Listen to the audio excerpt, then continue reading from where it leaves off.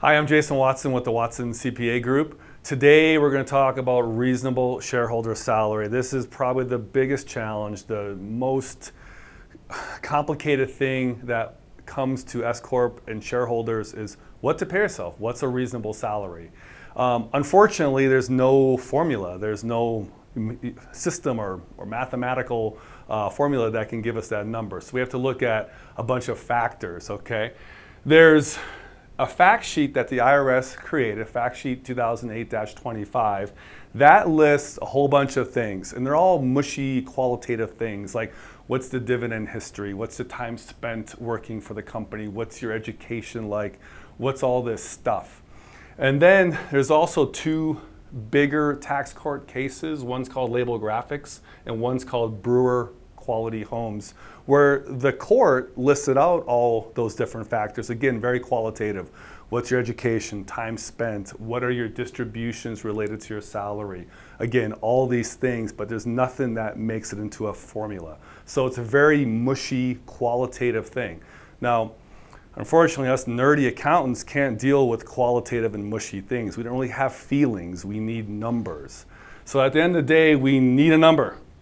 So what we do here at the Watson CPA Group is we just pick a number. What we do is we pick a number between 30 and 45% of your net business income, and we call that the jumping off point. Now, real quick, this is not a safe harbor. There's no rule in the IRS saying, hey, if you're between 30 and 45, you're good to go, we're not gonna bug you. But again, we have to pick a number, and that's a range that we've worked with for the past decade, and it stands the test of time with other sources of data. So that's our number that we pick out, and we say, hey, 30 to 45% of your net business income equals this.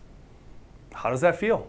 Does that feel reasonable to you, Mr. Shareholder, knowing what you know about what you do and how you work with your business? And you might say, yeah, that sounds great. Or you might say, no, that sounds kind of low, you know? And so then from there, we massage it to you and your skills, okay? We also look at 401k. If you're looking to maximize your 401k or put a lot of money into your 401k, we need a higher salary.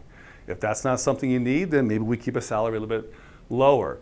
The big thing here is, though, if we unnecessarily pay you $10,000 higher than what would be considered a reasonable salary, you just spent $1,500 in payroll taxes that are avoidable. So it's a big deal. 10 grand's 10 grand. It's going to take $1,500 out of your pocket unnecessarily, so we want to make sure we dial in these salaries really, really tightly. So let's say we look at BLS.gov. It doesn't really make sense for you and what you do. Maybe we look at salary.com. Okay, still doesn't make sense for what you do and how you interface with your business. What do? If we're still unsure, there's the hammer that we can use that Latesha is going to talk about called RC Reports.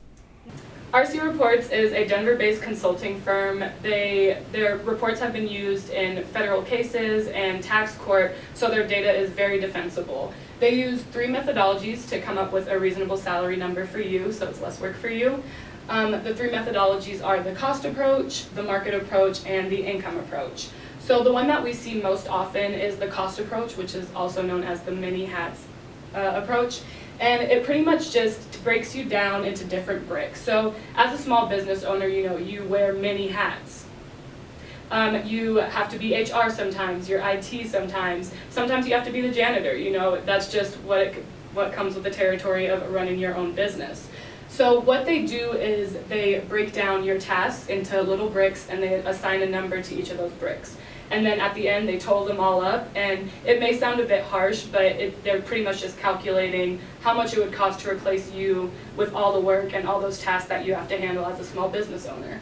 So the market approach and the income approach, they rely a lot on external data, so we don't see those as often. So for the survey process, they ask you some general information like your location, so the state that you're in and the county that you're in, because they factor in that geographical data. They also ask you how many hours you work per week. Then they ask you to break down your tasks based on standard tasks and your more specific business tasks. So the standard ones are like the ones I was talking about earlier. So sometimes you have to be HR, sometimes you're the head of the marketing department, you run all those departments running your small business. And then the business tasks are more specific to you. And you don't have to worry, sometimes it can be hard to kind of describe what you do on a day-to-day basis, but they give you a whole alphabetical list where you can just go through that and just select the ones that apply to you and your situation. Then finally, they ask you how much time you spend between the standard versus the business tasks, and then they ask you to rate your proficiency at that. So this is a time where you have to consider, you have to be really honest and just rate your proficiency in an honest way, because it's a garbage in, garbage out system. You know, if you aren't honest, and they can only give you the information that you're giving them. So you want to get an accurate number and just make sure you're rating your proficiency at the right level. So finally, after you answer those questions, you get a complete report. And this report is 7 to 8 pages. It breaks it down really pretty and like multicolors and different graphs and everything. And it just kind of breaks down how they calculated your number for you. And this is a great tool to have just in case the IRS comes knocking at your door and they just want to know how you got your number. Great, thank you. And once that number comes out, so it's could be a number on top, maybe even a salary range. It's going to have all the defense following it. Once we get that, that's not a lock. We don't actually have to use that dollar for dollar. We can say, hey, does this still feel right to you? Do you maybe work harder than what this suggests? Or do you work less than what this suggests? So once we get that number, then we want to make sure that it's a reasonable number. And this, we cannot emphasize this enough. With the IRS, if you're unreasonable, they are going to take you to the woodshed when it comes to that audit or when it comes to that reasonable comp challenge. Okay, so as long as we're reasonable, we have some good defense, whether it's from other sources. The best way to win an argument with the IRS is to never have the argument to begin with, and that is being reasonable from the start. Okay, there's a couple of tax court cases. There's actually several tax court cases out there. Spicer is one of them. Watson's one of them, not related to us. There's a handful of other ones there, and the resounding theme with all those was that they were unreasonable. The shareholders were greedy. And it reminds me of a phrase, where pigs get fed, hogs get slaughtered. Don't be a hog. If you need more information, come talk to us. We can do a reasonable comp test for you. We can help you. We can look at what you got going on. Look at our book, look at our website, check out our articles, send us an email.